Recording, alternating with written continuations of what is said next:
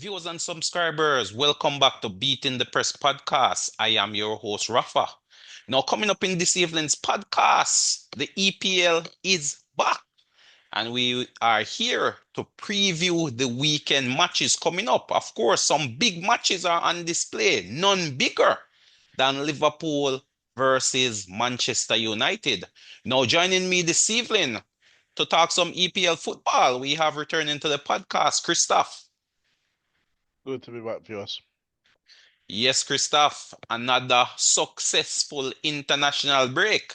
I know you don't like these things, but a number of teams have now qualified for the World Cup. Any standouts, you would say, from your point of view? Oh no, you could say England does look better than when Tuchel had just started, but I guess that is expected progression if you are a good coach, I would say. But I think probably the most shocking performance was what Sweden versus Switzerland.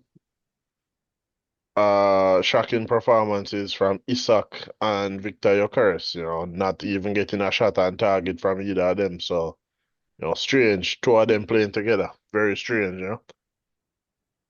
Definitely some interesting results there, but it's form that they are also displaying in the EPL, and we are gonna dive straight into that, Christoph, because Liverpool takes on Manchester United on Sunday. You could say the biggest rivalry in English football. All eyes should be on this game come Sunday, but we're here to give our viewers and subscribers an insight into what to expect from this game. So, Christoph, tell us, what indeed can we expect from this game? Liverpool on the back of three consecutive defeats in all competition. And of course, we know Manchester United have been floundering all season. So, what is it we can expect from these two teams come Sunday? This is could potentially be a very interesting match. Liverpool on the back of three consecutive defeats. They at home at Anfield must get a result here to, I wouldn't say keep title hopes alive, but to not seem like they are, collapsing too early in the season because, it's just 1 point off at the moment. The top five is very tight at the moment. So they do need to get a result here and not to potentially fall into the same trap that City fell into last season. Well, you are Um, indeed correct. They need to arrest the mini slide, the mini crisis, so to speak. And what better way to do that than to get a victory against arch enemies in the form of Manchester United?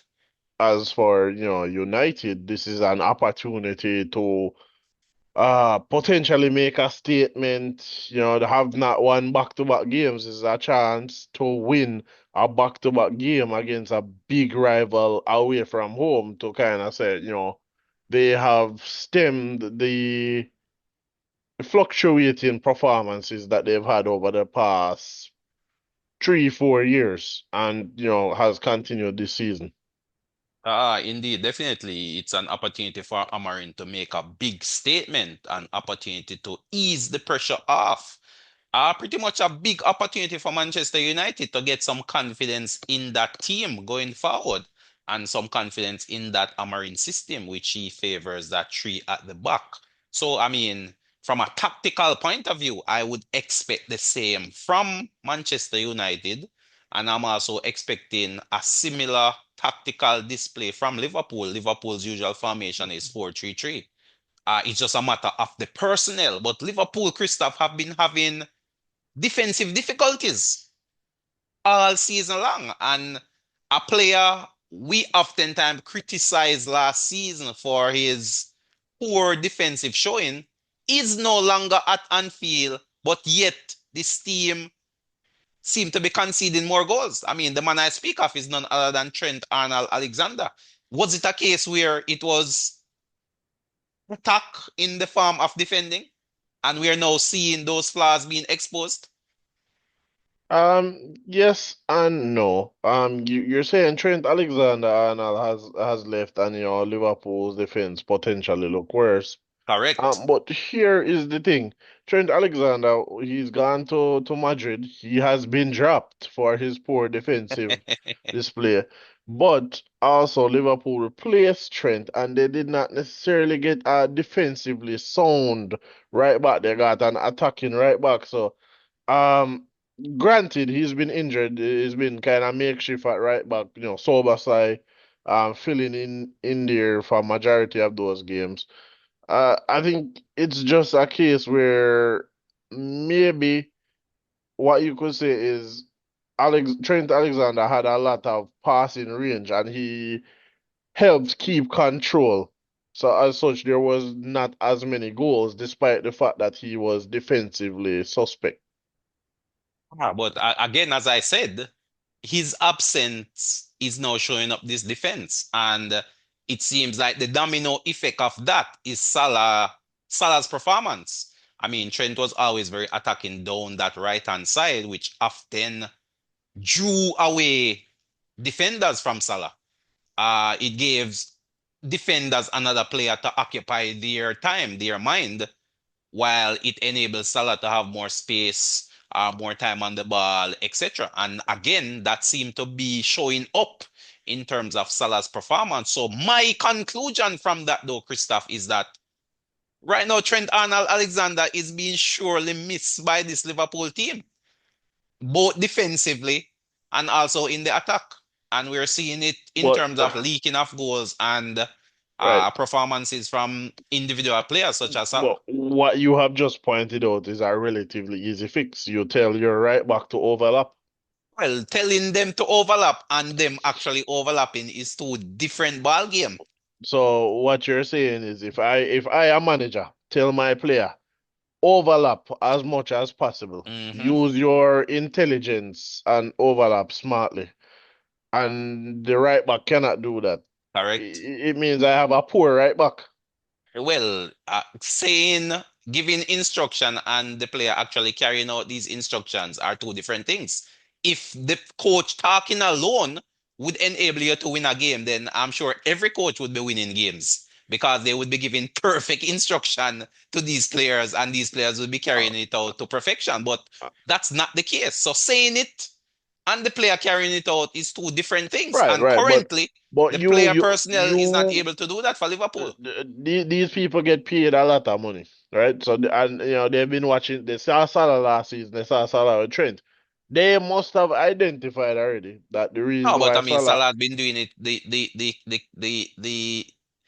The catalyst to that argument is Salah have been doing it year upon year upon year. Right, right, right, right, right, right. So But you've seen him year after year and after year. You still could not stop him. What has changed this season is the question. right. So what has changed this season? There's no more Trent. Okay. What was Trent Correct. doing that we are missing? Is it the passing? Is it the Correct. overlapping? It's Okay. all of the above. No, yeah, fine, fine, fine. So all right. Okay, we've identified that it's the passing, the overlapping. All right. So we put Sober side here. He has the passing range. All right. He is also No, I a wouldn't say mid. that. No, not at all. Not No, the no, passing range that Trent has. obviously he Definitely doesn't. not. He doesn't have the long balls, but No one in the it Liverpool squad can replace a Trent. That's pretty much it. not even 120 million pound player. Correct, Okay. correct. So we just have Uh, to live with what we are getting all right. at the Fine. moment. Fine. Fine. Such Fine. are these things. But that being Fine. said, though, can Manchester United exploit these weaknesses? Can United get a win at Anfield, Christoph? Or is that beyond the realm of possibility? Can they get a win? Yeah, I think they Correct. can get Can a they get win. a win? I think they can get a win. We always say football, anything can happen on the day, right? Even if somebody coming into a game heavy favorites, can they?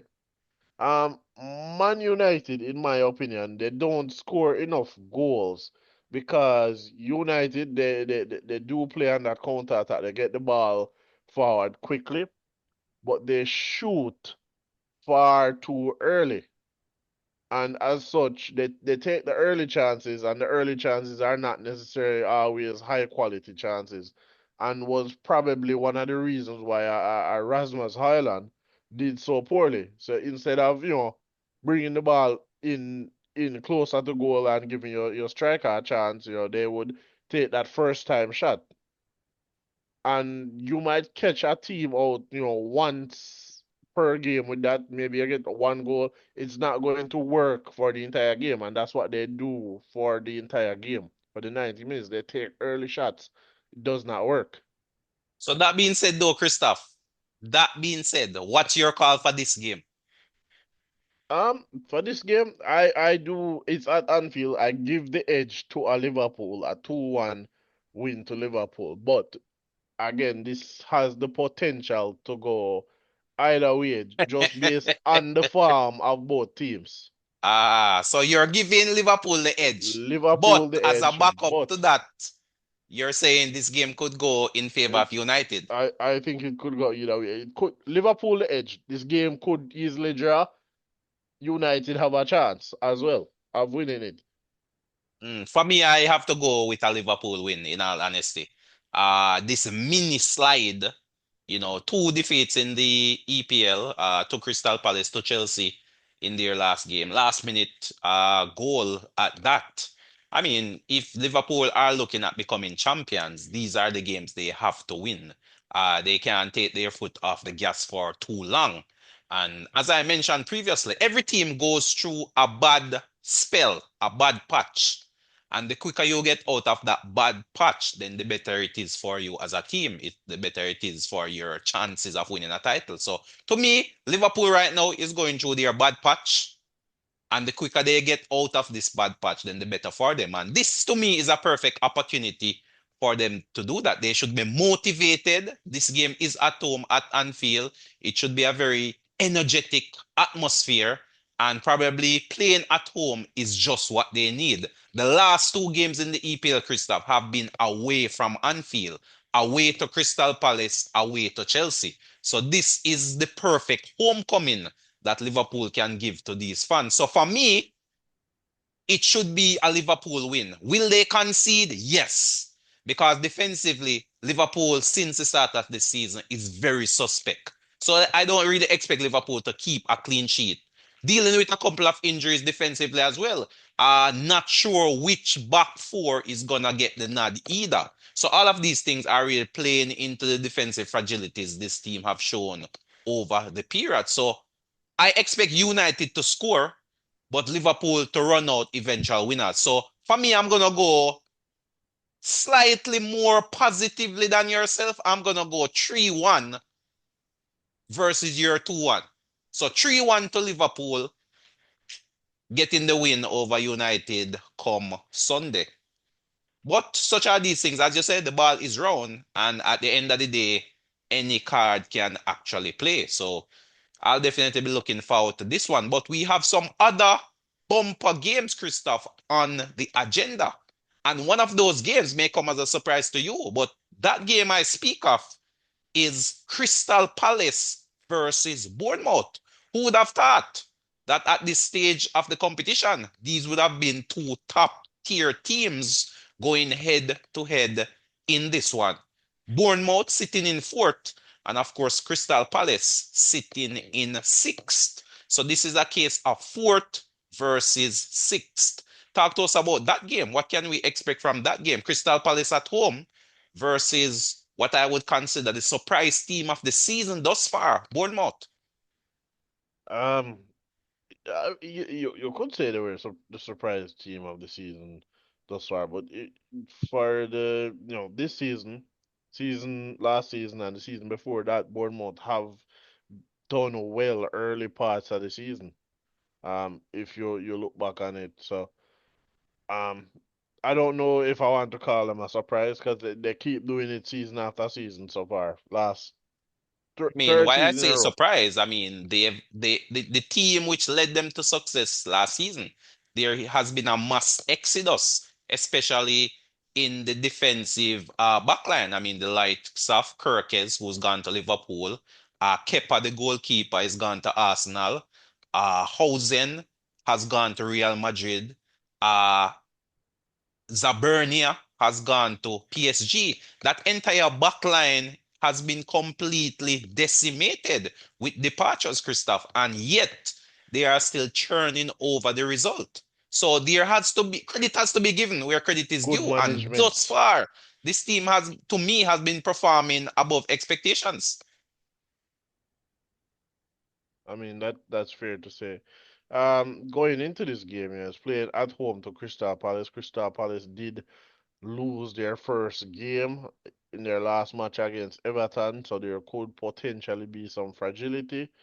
Um, I think this is a draw game. I think this will be a potentially a 1-1, 2-2 draw. Ah, wow, interesting call there. Draw. I am gonna back. I've jumped onto the Bournemouth bandwagon, Christoph. I have jumped onto the Semenyo bandwagon, and I think Bournemouth has enough to get the better of Crystal Palace. I mean, Crystal Palace has been rock solid uh thus far this season in terms of their defensive output. In fact, that's the way they usually play. They usually have a solid base in terms of a defense and then pretty much play on the counter. But I'm not sure. Maybe they've run out of steam a little bit. Looking on from that Everton game, they are back to home comforts in this one, so they are at home for this game.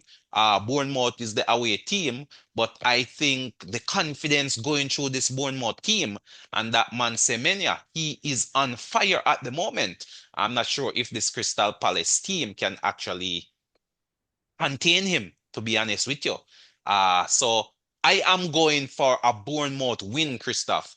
I think Bournemouth should be able to pull out a 2-1 win over Crystal Palace. So my money is on Bournemouth to continue with their hot form. But as you say, a draw isn't beyond the realm of possibility. Crystal Palace definitely have gotten a few good results. I mean, none more so than that defeat they placed on Liverpool. In fact, the loss to Everton would have surprised me because Everton cracked a 18-game unbeaten run. They hadn't lost in 18 games until they came up across Everton. So that was somewhat of a shock defeat.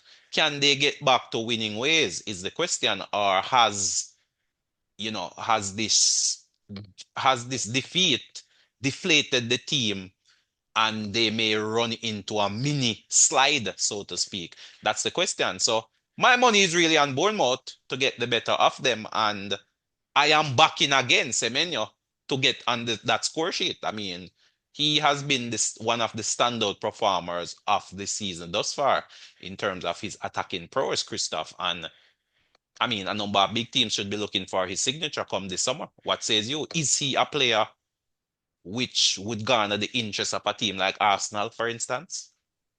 Um, like you say, Possibly replacing a Martinelli, a upgrade on a Martinelli or a Trossard, for example. I don't necessarily think it would be a straight upgrade on Martinelli. I simply think Martinelli's um key attributes, his best features is not necessarily how Arsenal play. Then he needs to go then. If Arsenal isn't bringing out the best in him and he's a bit part-time starter, if he has any ambition, he must leave Arsenal.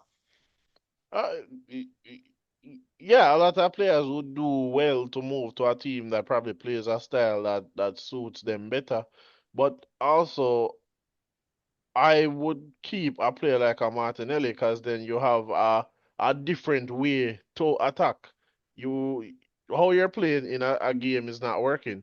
You bring on a Martinelli, you change the play style, you change your attacking play style for the remainder of that game, and you try to But get the as a goal. player though, Christoph, if you were in Martinelli's shoes, would you be comfortable a bit part starter It, in the prime of your career at this point in time when I possibly don't you could know. move elsewhere and be starting week in, week out? I don't know if he's in the prime of his career, but you move somewhere, Well, I you don't really you see him leave. getting any better, to be honest. He will move somewhere, you know. How many teams better than Arsenal are going to be lining up to sign a Martinelli? But So that's the point I'm you making. probably leave Arsenal, but But you're going you're to a lesser team. but you're making my point for me. That's my very point. Is he good enough to be an Arsenal player? Because if he's not moving up, the only place he's moving is down. Take a player like Eze, for example.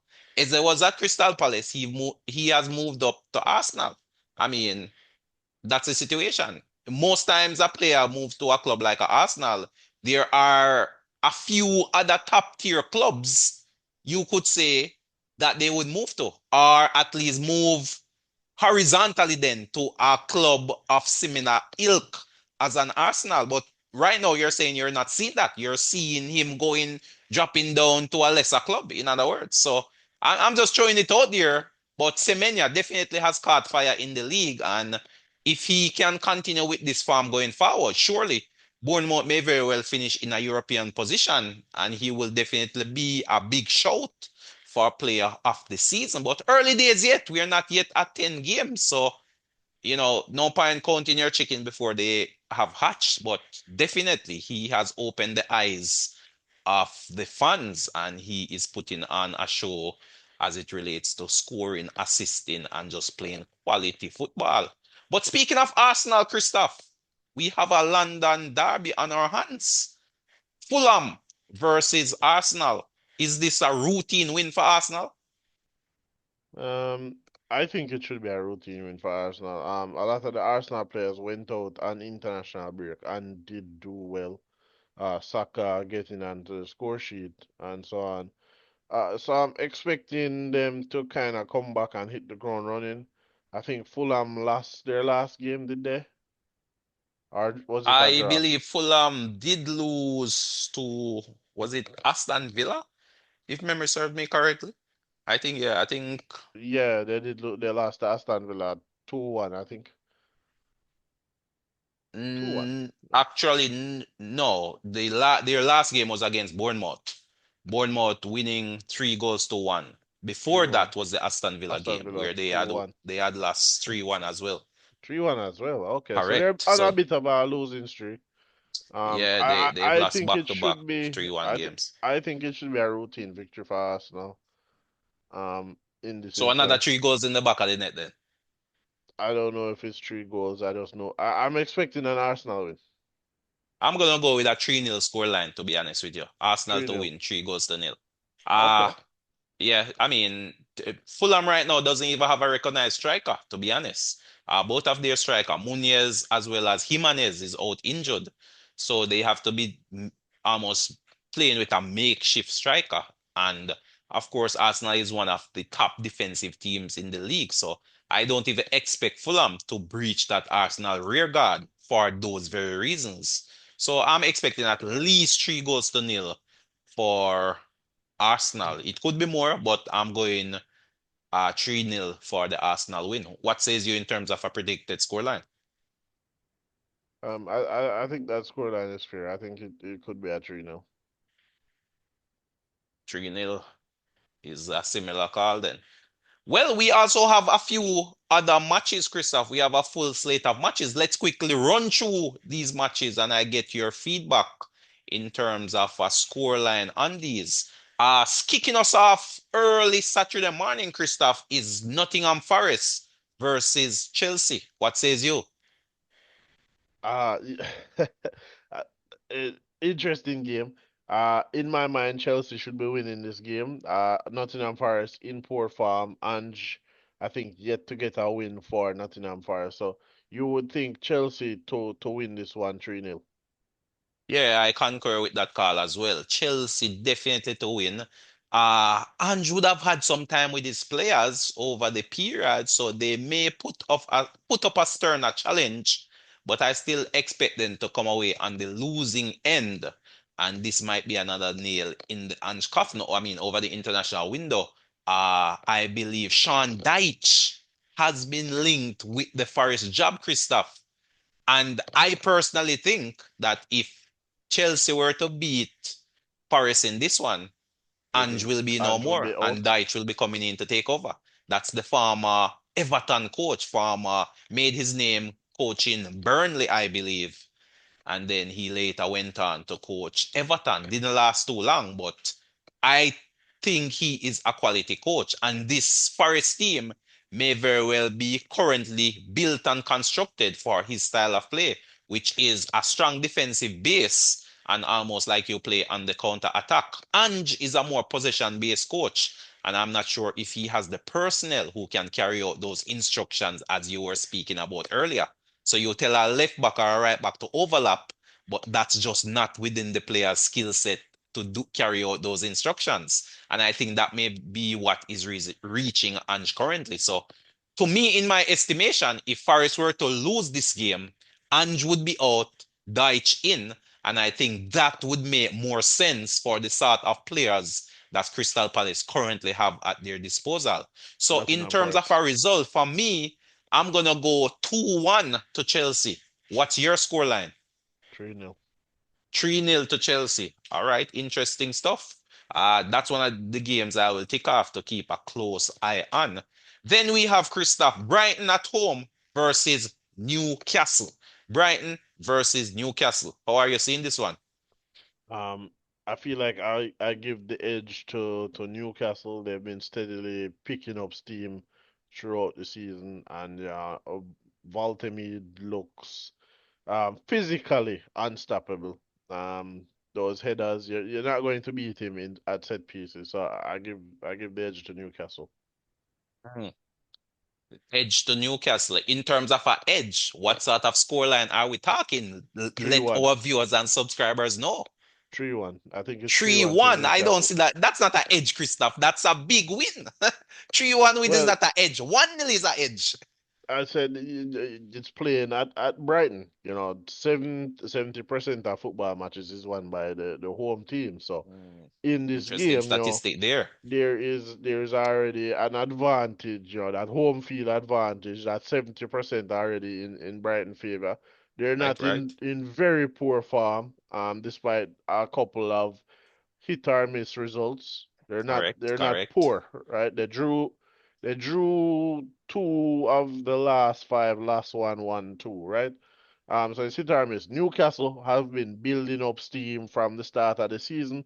They looked a bit off without Isak at the beginning there when he was, refusing to play, but so far they seem to have Valtemir has stepped up and he has filled in that role, as well as having just that physicality, that 6'6" frame.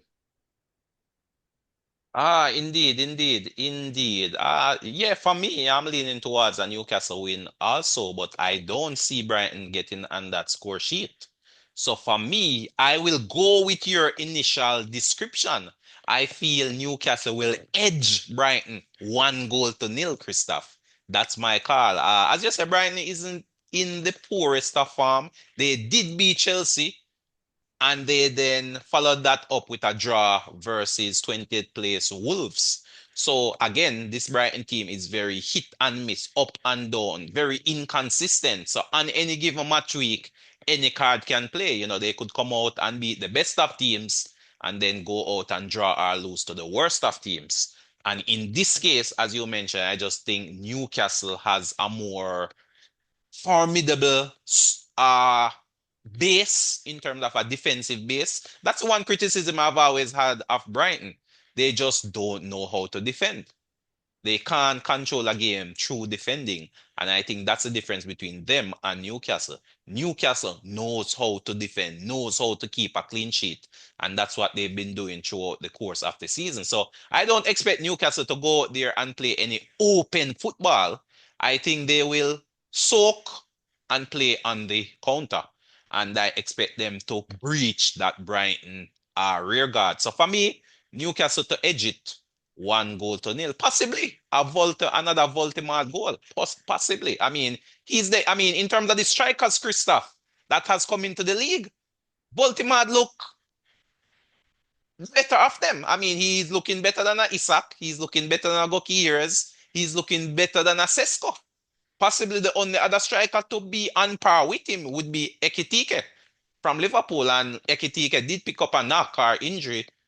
So he might be sidelined, but the only other striker that looks like a striker has been Ekitike. What's your take on these early poor performances by these big name strikers, Christoph? What's your take on it? Is it that the defense have woken up and say, hey, these big names aren't going to get the better of us? Or they don't fit the team they're currently playing for? Um, Not necessarily. If I start with Benjamin Sesko, Well, without um, going into too much detail, of course, we are already right, constrained for time. without going into too many detail, in case of Sesko, it's his issue or his lack of scoring so thus far is probably down to the fact that I said Man United takes the early chances and don't really bring the ball forward into good positions for the So lack of striker. patience from United then. Right. Uh, in case of Gyökeres, I think it's just the Arsenal play style, and Arsenal still need to adjust to having playing with a centre forward that stays high. They need to get the ball into positions that create good chances for So him. it's just time, it's adjustment time right now reaching Gokires. For Gyökeres.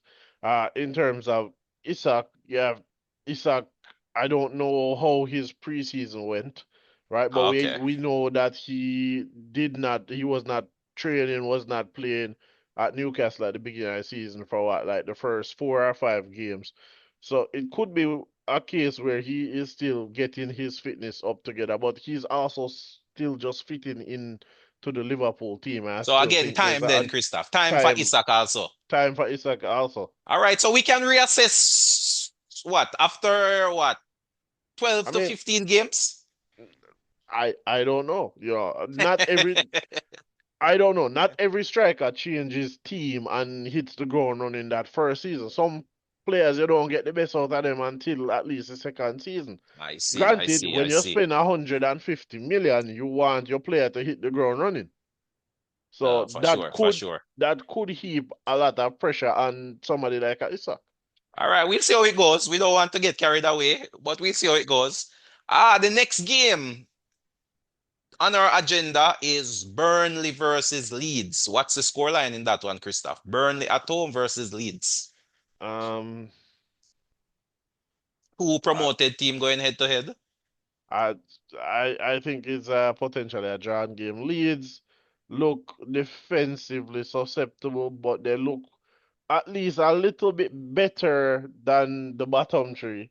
So maybe I would go with Leeds to win 1-0 or a Leeds draw. 1-0. So Leeds 1-0 is your final call then. Yeah, go with Leeds to win 1-0. All right, I'm gonna take your draw call then. I think your first instincts was telling you draw. So I'm gonna I go 1-1 draw. I'm gonna go 1-1 draw. I mean, two promoted team going head to head. I think they're just gonna cancel each other out pretty much. We also have Man City at home versus Everton. Man City versus Everton. What says you? What's the score in that one? is Jack Grealish allowed to play in that game? No, obviously No. he's on loan from Man City, so Grealish Yeah. is out. No, it's Can't a be playing clause. against his parent club on loan. So You Grealish can. It's a out. clause. It's a clause you can put in there. Can Well, play again. he's out for this one. He's not allowed to play. Maybe Okay. the clause Well, is being enforced. Man City then. Man City So to you're win. saying, are you saying if Grealish was playing, you would be back in Everton?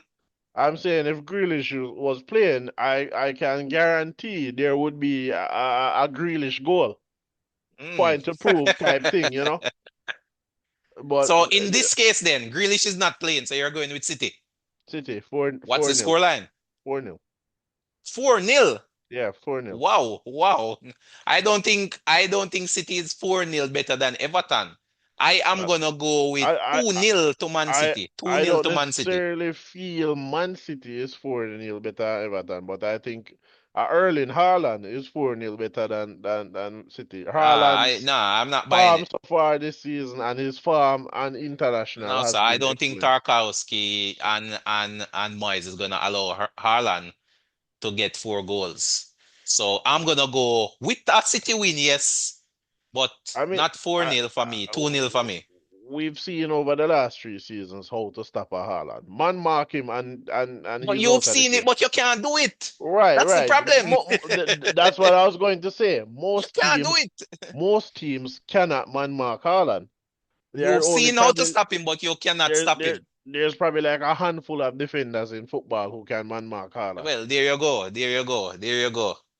Then we have Sunderland versus Wolves. Sunderland versus Wolves. Sunderland at Sunderland, home versus Wolves. Sunderland, all day. 3-0. Sunderland. What's the score line? 3-0. 3-0 to 3-0 to Sunderland. Sunderland. Wow, that's a big call right there. Promoted team Sunderland. Ah, Sunderland are ninth Wolves in the yet to get a table, win. above Sunderland flying Manchester high was United. chopped down by United in their last game. Should be licking their wounds. Coming out strong.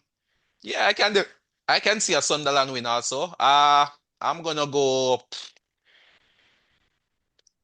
2-0 to Sunderland. 2-0 to Sunderland. 2 goals to 0. And then we do have Spurs versus Aston Villa, Christoph. Spurs versus Aston Villa. Um, Spurs versus Aston Villa. That is at White Hart Lane. Spurs, correct. Okay, yeah. I think Well, I don't think it's White Hart Lane anymore, is it? Didn't they change stadiums? they So, changed stadium, but you can't give it the same name. well, The I Emirates mean, was you can't actually call the Emirates Highbury. no that was the original name, and then they sold the naming Well, rights. It was uh, it was not Highbury. It was New that's what I'm Highbury. saying. You can't New call the Highbury. Emirates Highbury. It was New Highbury, and then they sold the naming rights. Yeah, so yeah, but Spurs is at home. Spurs is at home. So I think it's Spurs, given how they've started the season, they've been playing well. Aston Villa do have the potential to get something for the game from this game, but I'm going to go with Spurs at the moment. One the Oh, scoreline. yeah. 2-1. It's called Tottenham Hotspur Stadium. So 2-1 to Spurs. I can definitely see a Spurs win as well. Aston Villa hasn't been off to the best of start, but since you call a Spurs win, I'm gonna back the draw. So I'm gonna go 2-2 draw in this one. 2-2 draw in this one. And then the final game we have, Christoph, we do have a game scheduled for Monday.